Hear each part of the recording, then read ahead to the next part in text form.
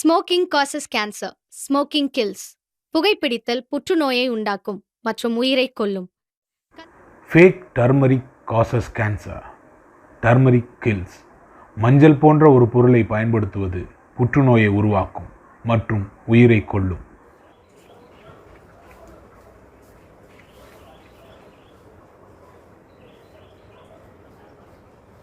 என்னடா அவன் பைத்தியக்கார மாதிரி ஏதோ சொல்கிறான்னு நினைக்காதீங்க.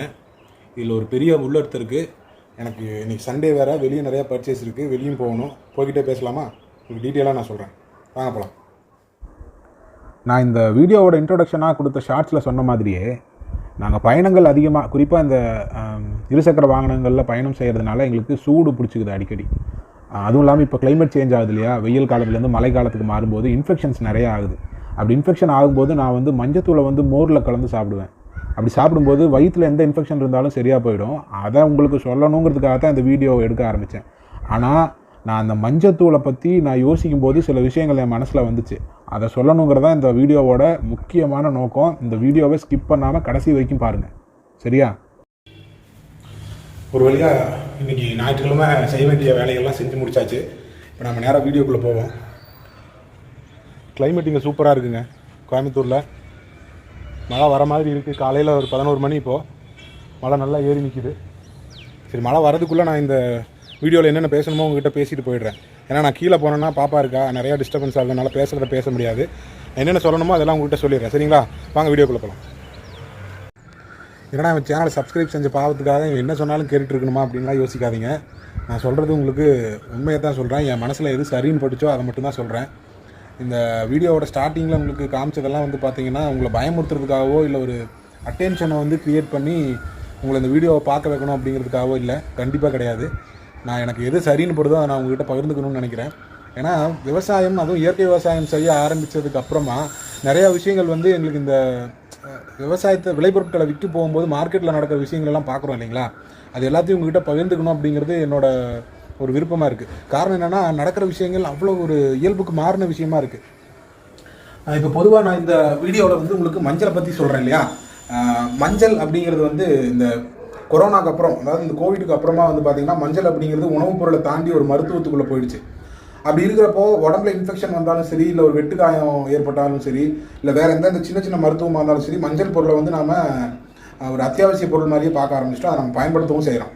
அப்படி இருக்கிறப்ப இந்த வீடியோவோட ஸ்டார்டிங்கில் உங்களுக்கு காமிச்ச அந்த மஞ்சளானது என்னோட தோட்டத்தில் நானே விளைவிச்சு, நானே எடுத்து காய வச்சு பவுடர் செய்து அதை நான் பயன்படுத்துகிறேன். இப்போ எனக்கு அடிவயிறு இன்ஃபெக்ஷன் ஆகுது அப்படிங்கும்போது நிறைய பேர் மஞ்சள் மோரில் கலந்து சாப்பிடணும்னு நிறைய பேரும் சொன்னாங்க. அது எனக்கும் தெரியும். அப்படி அந்த ஆட்கள் மற்றவங்களுக்கும் அதானே சொல்லுவாங்க. அப்படி உங்களுக்கு தெரிஞ்சவங்க உங்களுக்கு ஏதாவது இன்ஃபெக்ஷன் ஆகும்போது இதே மருத்துவத்தை சொன்னாங்கன்னா நீங்கள் என்ன பண்ணுவீங்க? டக்குனு கடையில் போய் ஒரு பாக்கெட்டில் மஞ்சள் தூள் வாங்கிட்டு மோரில் கலந்து குடிச்சிடுவீங்க. என்ன ஆகுறதுங்க இப்படி நடந்துச்சுன்னா? ஏன்னா இப்போ இந்த மஞ்சளில் நடக்கிற ஒரு விஷயத்தை நான் உங்கள்கிட்ட பகிர்ந்துக்கிறேன் பாருங்கள். ஏன் குறிப்பாக அந்த மஞ்சள் பயிரை பற்றி நான் பேசுகிறேன் அப்படின்னா, மஞ்சள் விவசாயத்தை செய்கிற ஒரு ஊர்லேருந்து தான் நான் வந்திருக்கேன். என்னோடய சொந்த ஊர் ஈரோடு. நான் பிறந்தது வளர்ந்தது எல்லாமே ஈரோடு தான். அங்கே பார்த்தீங்கன்னா ஏக்கர் கணக்கில் மஞ்சள் பயிரை விளைவிப்பாங்க. எடுத்தாங்கன்னா டன் கணக்கில் தான் அறுவடை எடுப்பாங்க. அப்படி எடுக்கும்போது அதை எக்ஸ்போர்ட் பண்ணுறதெல்லாம் வேறு கான்செப்ட், அதை விடுங்க. நிறையா நாம் பயன்படுத்துகிற நிறையா முக்கியமான ரொம்ப நமக்கு இன்றியமையாத பொருள், நாம் நினச்சிட்டு இருக்கிற பொருள்லாம் ஃபாரின் கண்ட்ரியில் தடை பண்ணிட்டாங்க. அதெல்லாம் நமக்கு தெரியாது, அதை நம்ம வேறு ஒரு வீடியோவில் பேசுவோம். மஞ்சள் அறுவடை செஞ்சாங்கன்னா டன் கணக்கில் தான் அறுவடை செய்வாங்க. அதை அவங்க என்ன பண்ணுவாங்க அப்படின்னா, இன்றைக்கி ஒரு மூட்டை ஒரு குறிப்பிட்ட ஒரு உதாரணத்துக்கு சொல்கிறேன், ஒரு மூட்டை ஒரு 500 ரூபாய்க்கு விற்கிதுன்னு வச்சுக்கோங்களேன். அதை நான் 5000 ரூபாய் வந்ததுக்கப்புறம் தான் நான் விற்பேன்னு சொல்லி அவங்க ஸ்டோர் பண்ணி வைப்பாங்க ஒரு குடோனில். அப்படி ஸ்டோர் பண்ணி வைக்கும்போது அதை சும்மா வைக்க முடியாது, பூச்சி வந்துடும், அழுகி போகும். அப்போ என்ன பண்ணுவாங்கன்னா, அந்த மஞ்சள் மூட்டை மேலே ஒரு மாத்திரை ஒன்று வைப்பாங்க. ஈரோட்டில் இந்த வீடியோ பார்க்குறவங்க யாராவது ஈரோட்காரங்களாக இருந்தால் உங்களுக்கு அது கண்டிப்பாக தெரியும். மஞ்சளுக்கு மாத்திரை வச்சியான்னு கேட்பாங்க. அது கிட்டத்தட்ட ஒரு 8 ton 10 ton 20 ton 30 ton 100 ton வரைக்கும் கூட ஸ்டோர் பண்ணி வைக்கிற குடோன்லாம் நான் பார்த்துருக்கேன். அங்கே ஒரு மாத்திரை வைப்பாங்க. அந்த மாத்திரை என்னன்னு பார்த்தீங்கன்னா, உங்களுக்கு டீட்டெயிலாக சொல்ல விரும்பல, எந்த கம்பெனியோட பேரும் சொல்ல விரும்பல. அது சல்ஃபர் மாத்திரை, சரிங்களா? கந்தக மாத்திரை, சல்ஃபர் ஆயிடுன்னு சில இடத்துல சொல்லுவாங்க. அந்த மாத்திரையை வச்சாதான் அந்த மஞ்சள் அங்கே ஸ்டோர் பண்ணி வைக்க முடியும், இல்லைன்னா பூச்சி அரிச்சிடும். அந்த மாத்திரையோட வேலை என்ன தெரியுங்களா? புது செல்களை உருவாக்க முடியாது. அந்த மாத்திரை எந்த இடத்துல இருக்கோ அந்த இடத்துல புது செல்கள் உருவாகாது. செல்கள் மீன்ஸ் நம்ம செல், அதாவது பூச்சி இல்லை, செல், உயிர்கள் உருவாகாது. அதுதான் அந்த மாத்திரையோட வேலை. அந்த மாத்திரையை வச்சு தான் அந்த மஞ்சளை அவங்க ஸ்டோர் பண்ணி வைக்கிறாங்க. இப்போது தீபாவளி இப்போ வந்துருச்சு. நிறைய பேர்கிட்ட நான் பர்ச்சேஸ் முடிச்சுதான்னு கேட்டால், எங்கே போய் பர்ச்சேஸ் பண்ணுறீங்கன்னு கேட்டால் ஹோல்சேல் மார்க்கெட் அப்படிங்கிறாங்க. ஹோல்சேல் மார்க்கெட்னா என்ன? டன் கணக்கில் அந்த உணவுப் பொருளை அவன் ஸ்டோர் பண்ணி வச்சு உங்களுக்கு வந்து 10 கிலோவோ 5 கிலோவோ மொத்தமாக கொடுக்குறான். நீங்களும் என்ன பண்ணுறீங்க, அடிக்கடி கடைக்கு போக கஷ்டப்பட்டுட்டு, இல்லை அடிக்கடி போய் வாங்கினா ஒரு 1000 ரூபா அதிகமாகுதுன்னு சொல்லி கஷ்டப்பட்டுட்டு ஹோல்சேல் மார்க்கெட்டில் போய் நீங்கள் அந்த உணவுப் பொருளை வாங்கிட்டு வந்து வச்சுக்கிறீங்க. 6 மாதத்துக்கோ 1 வருஷத்துக்கோ, சிலரெல்லாம் 4 வருஷத்துக்கு 5 வருஷத்துக்கெல்லாம் வாங்கி வைக்கிறாங்க. எப்படி அது பூச்சிகள் வராமல் எப்படி இருக்குது அந்த உணவுப் பொருள்? என்னைக்காவது யோசிச்சிருக்கீங்களா? ஒரு 1000 ரூபாய் 500 ரூபாய் மீதி செய்யணுங்கிறதுக்காக ஹோல்சேல் மார்க்கெட்டில் போய் நீங்கள் மொத்தமாக உணவுப் பொருளை வாங்கிட்டு வந்து வைக்கிறீங்க. அரிசி, பருப்பு, மல்லி, சீரகம், சோம்பு, மிளகு, மஞ்சள், இந்த மாதிரி மசாலா பொருட்கள் உட்பட, அதாவது நீங்கள் மருந்துக்கு யூஸ் பண்ணுற மசாலா பொருட்கள் உட்பட ஹோல்சேல் மார்க்கெட்டில் வாங்கிட்டு வந்து வச்சிடுறீங்க ஒரு 1000 ரூபாய் 2000 ரூபாய் மீதி பண்ணுறதுக்காக. இது மிகப்பெரிய தப்புங்க. ஏன்னா ஒரு ட்ரை, அதாவது காய வைக்கப்பட்ட உணவுப் பொருளை அவன் ஸ்டோர் பண்ணி வைக்கணும்னா இந்த மாத்திரையோட உதவி இல்லாமல் அவன் ஸ்டோர் பண்ணி வைக்கவே முடியாது. ஆரம்பத்தில் சொன்ன மாதிரி இந்த மாத்திரையோட வேலை என்ன? புது உயிர்களை உற்பத்தி ஆகாமல் பார்த்துக்கிறது தான் அந்த மாத்திரையோட வேலை. அப்போ இந்த மாத்திரையை வச்சு ஸ்டோர் பண்ணி வைக்கப்பட்ட உணவுப் பொருளை நீங்கள் சாப்பிட உடம்புல என்ன ஆகும்? புது உயிர்கள் உருவாகாது. மனித உடம்புனா என்ன? ஒரே உயிரா? உடம்புக்குள்ளே எத்தனையோ நுண்ணுயிரிகள் இருக்குது. அந்த நுண்ணுயிரிகள் எல்லாம் சேர்ந்தது தான் இந்த மனித உடம்பும் உயிரும். அப்போ அந்த நுண்ணுயிரிகள் உருவாகாமையே போச்சுன்னா உங்கள் உடம்பு எப்படி ஆரோக்கியமாக இருக்கும்? நீங்கள் எப்படி நல்ல வாழ்க்கை வாழ முடியும்? நல்லா யோசிச்சு பாருங்கள். இந்த மாத்திரையை பயன்படுத்தி ஸ்டோர் பண்ண வைக்கப்பட்ட அந்த உணவுப் பொருட்கள் நீங்கள் சாப்பிட உங்கள் உடம்போட வளர்சிதை மாற்றமே ஒன்றும் இல்லாமல் போயிடும். வளர்சிதை மாற்றம்னா வேறு உங்களுக்கு தெரியாதா?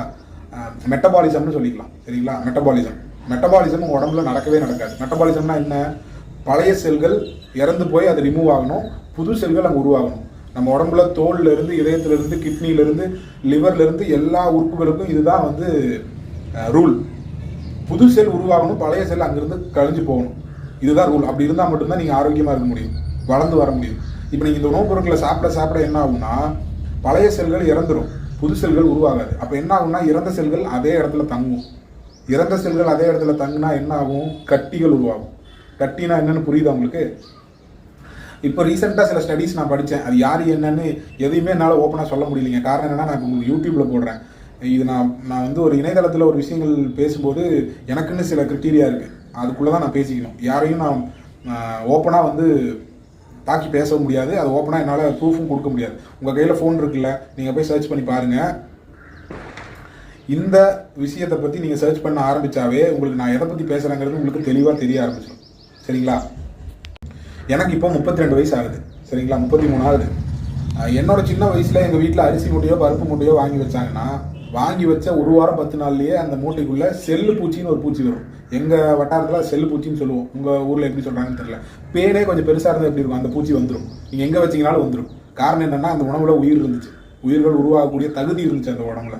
நீங்கள் இப்போ கலராக அரிசி மண்டியில் போய் அரிசி மூட்டை வாங்கிட்டு வந்து வைக்கிறீங்களா, அந்த அரிசியில் செல்லு பூச்சி வருதான்னு நீங்கள் என்னைக்காவது பார்த்துருக்கீங்களா? அப்படி வந்துருந்துச்சுன்னா எனக்கு கமெண்ட்டில் சொல்லுங்கள். அது என்ன பிராண்டுன்னு கூட சொல்லுங்கள். பாவம் மக்களும் வாங்கிக்கிட்டும் நானும் அந்த பிராண்டு வாங்கி சாப்பிட்றேன், சரிங்களா?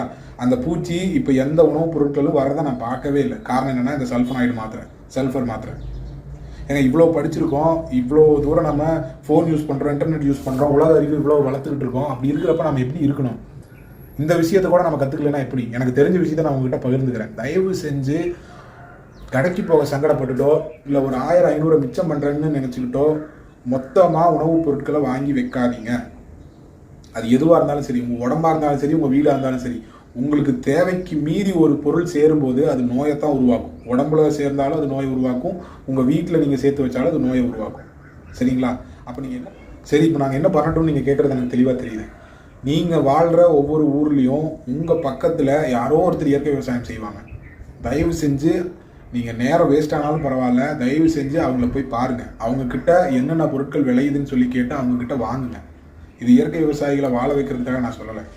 நாங்கள் என்னையும் சேர்த்து இந்த தமிழ்நாட்டில் எத்தனையோ இளைஞர்கள் செஞ்ச வேலையை விட்டுட்டு இப்போ இயற்கை விவசாயம் செய்ய வந்திருக்கோம். இதில் நிறைய பிரச்சனைகள் வருது. செடி ஒரு 4 இன்ச்சு வளராமல் போனாலுமே இது வளராது, இதுக்கப்புறம் நம்ம ஒரு ஏதாவது சின்ன கெமிக்கல் கொடுத்துருவோம்னு சொல்லி சொல்கிறவங்க நிறையா பேர் இருக்காங்க. ஆனால் அப்படி எல்லாம் இருந்தும் இயற்கை விவசாயத்தில் நாங்கள் இதை செஞ்சே தீர்வோம்னு நிற்கிற இளைஞர்கள் எத்தனையோ பேர் இருக்கிறோம். அப்படிப்பட்ட ஆட்கள் உங்கள் ஊர் சுற்றியும் இருப்பாங்க. தயவு செஞ்சு அவங்கள போய் பாருங்கள். அவங்கக்கிட்ட என்னென்ன பொருட்கள் விளைஞ்சு வருதுன்னு கேளுங்க. அவங்ககிட்ட நீங்கள் டைரெக்டாக வாங்கி பயன்படுத்துங்க. நீங்கள் எவ்வளோ சம்பாதிச்சாலும் நினச்ச இடத்துக்கு வேகமாக ஓட முடியலன்னா, உங்கள் வீட்டில் 10 அடுக்கு மாடி இருந்தாலும் மாடிப்படியில் ஏற முடியலன்னா, மொட்டை மாடியில் வந்து பெய்கிற மழையில் நனைய முடியலன்னா, சிலு நடிக்கிற காற்றுல உங்களால் காதுக்கு மப்ளர் போடாமல் வந்து நிற்க முடியலன்னா, இந்த உலகத்தில் நம்ம எதை ரசிக்க போகிறோம், எதுக்கு வாழ போகிறோம்? எனக்கு ஒன்றும் புரியலை. நீங்கள் எவ்வளவோ சொத்து சேருங்க, அதை பற்றிலாம் எனக்கு கவலை இல்லை, காசு பணம் சம்பாதிங்க. ஆனாலும் உங்கள் உடம்பும் உங்கள் உயிரும் ஆரோக்கியமாக இருந்தால் மட்டும்தான் இந்த வாழ்க்கையை நீங்கள் கடைசி வரைக்கும் நிம்மதியாக வாழ முடியும். மரணம் வந்து உங்களை தழுவுற வரைக்கும் நீங்கள் நிம்மதியான ஒரு வாழ்க்கை வாழணும்னா இந்த உடம்பு ஆரோக்கியமாக இருக்கணும். இந்த உடம்பு ஆரோக்கியமாக இருக்கணும்னா உணவு ஆரோக்கியமானதாக இருக்கணும். உணவு ஆரோக்கியமானதாக இருக்கணும்னா அது முழுக்க முழுக்க இயற்கையில் வளர்ந்த உணவாக இருக்கணும். அதை நீங்கள் தான் கண்டுபிடிக்கணும். உங்கள் கையில் இப்போது எல்லாமே இருக்குது. மொபைல் இருக்குது, அதில் மேப் இருக்குது, நிறையா டீட்டெயில்ஸ் இருக்குது. எது கேட்டாலும் கொடுக்குறதுக்கு கூகுள் இருக்கார். கேளுங்க, அதை படிங்க. இப்போ நான் சொன்ன இந்த மஞ்சள் ஸ்டோரேஜை பற்றின விஷயங்களை நீங்களே படித்து தெரிஞ்சுக்கோங்க. அதை எப்படி ஸ்டோர் பண்ணுறாங்க, அதில் என்னென்ன மருந்துகள் வைக்கிறாங்க அப்படின்னு. மஞ்சள் மட்டும் இல்லை, எல்லா உணவுப் பொருட்களுக்கும் அது வைக்கிறாங்க. அரிசி மில்லை, பருப்பு மில்லு எல்லாத்துலேயும் அதை வைக்கிறாங்க. அதை நீங்கள் சாப்பிட சாப்பிட உடம்புல கட்டிகள் கண்டிப்பாக உருவாகும். நீங்கள் குழந்தைகளுக்கு அதை கொடுக்க கண்டிப்பாக கட்டிகள் உருவாகும். இதில் எந்த மாற்றமும் இல்லை. நீங்கள் இந்த கேன்சர் ஸ்டடீஸ் பற்றியும் நீங்கள் மொபைலில் கூகுளில் போய் பாருங்கள். 2030க்கு அப்புறம் இந்திய மக்கள் தொகையில் எத்தனை சதவீதம் பேர் கேன்சரால் பாதிக்கப்பட வாய்ப்பு இருக்குது அப்படிங்கிறது ஒரு ஸ்டடியே இருக்குது. தயவு செஞ்சு நீங்கள் போய் பாருங்கள். எதையுமே நான் உங்களுக்கு பர்டிகுலராக சொல்ல முடியாது. ஆனால் நான் என்னோடய பயணத்தில் நான் கற்றுக்கிற எல்லா விஷயங்களையும் உங்களோட பகிர்ந்துக்கணுங்கிற ஆசையில் தான் நான் இதெல்லாம் பண்ணிக்கிட்டு இருக்கேன். சரிங்களா? நல்ல வாழ்க்கை வாழணும்னா நம்ம சாப்பிட்ற உணவு நல்லா இருக்கும். சந்தோஷமாக இருங்க, மகிழ்ச்சியாக இருங்க. இந்த வாழ்க்கை நம்மளுக்கானது. நீங்கள் சாப்பிட்ற ஒவ்வொரு பருக்கையும் தேடி தேடி சாப்பிடுங்க. அதுதான் வாழ்க்கை. அதை மீறின வாழ்க்கை இங்கே ஒன்றும் இல்லை. மற்றது எல்லாமே செகண்டரி தான். காசு, பணம், சொத்து, சுகம் எல்லாமே அடுத்தது தான். நான், என்னோடய உடம்பு, என்னோடய உயிர், இதுதான் முதல். இது நல்லா இருந்துட்டா எல்லாமே நல்லாயிருக்கும். சரிங்களா? இந்த வீடியோ பார்த்ததுக்கு ரொம்ப நன்றி. இந்த மாதிரி நிறையா வீடியோ போடணும்னு எங்களுக்கும் விருப்பமாக இருக்குது. என்னடா இவன் மூஞ்சியவே பார்த்துட்டு இருக்கிறதுக்கு சலுப்பாக இருக்குன்னு நீங்கள் நினைக்கிறது புரியுது. நீங்கள் ரசிக்கக்கூடிய காட்சிகளோட என்னோடய வாய்ஸோட நான் வீடியோவை க்ரியேட் பண்ணி போடுறதுக்கு நான் முயற்சி செஞ்சுக்கிட்டு தான் இருக்கேன். இப்போ தான் கொஞ்சம் கொஞ்சமாக அதுக்குண்டான வேலைகள் பார்த்துட்ருக்கோம். இனி நாங்கள் கண்கூட பார்த்து ரசிக்கக்கூடிய காட்சிகளை உங்களுக்கும் என்னோடய சேனல் மூலமாக வீடியோவில் காமிக்கிறதுக்கு உண்டான வேலைகள் நடந்துகிட்ருக்கு. கூடிய சீக்கிரத்தில் நான் உங்களுக்கு காமிக்கிறேன். இது நான் என் மனசில் தோன்றின விஷயத்தை எல்லாத்தையும் உங்கள்கிட்ட சொல்லிட்டேனான்னு தெரியாது. ஏதாவது கருத்துக்கள் இருந்தால் மறக்காமல் எனக்கு கமெண்ட்டில் சொல்லுங்கள். என்னோட டிஸ்கிரிப்ஷனில் என்னோடய காண்டாக்ட் நம்பர் இருக்குது. ஏதாவது உங்களுக்கு தேவைனாலும் நீங்கள் கால் பண்ணி பேசலாம். சரிங்களா? அடுத்த வீடியோவில் சந்திக்கலாம். நன்றி, வணக்கம்.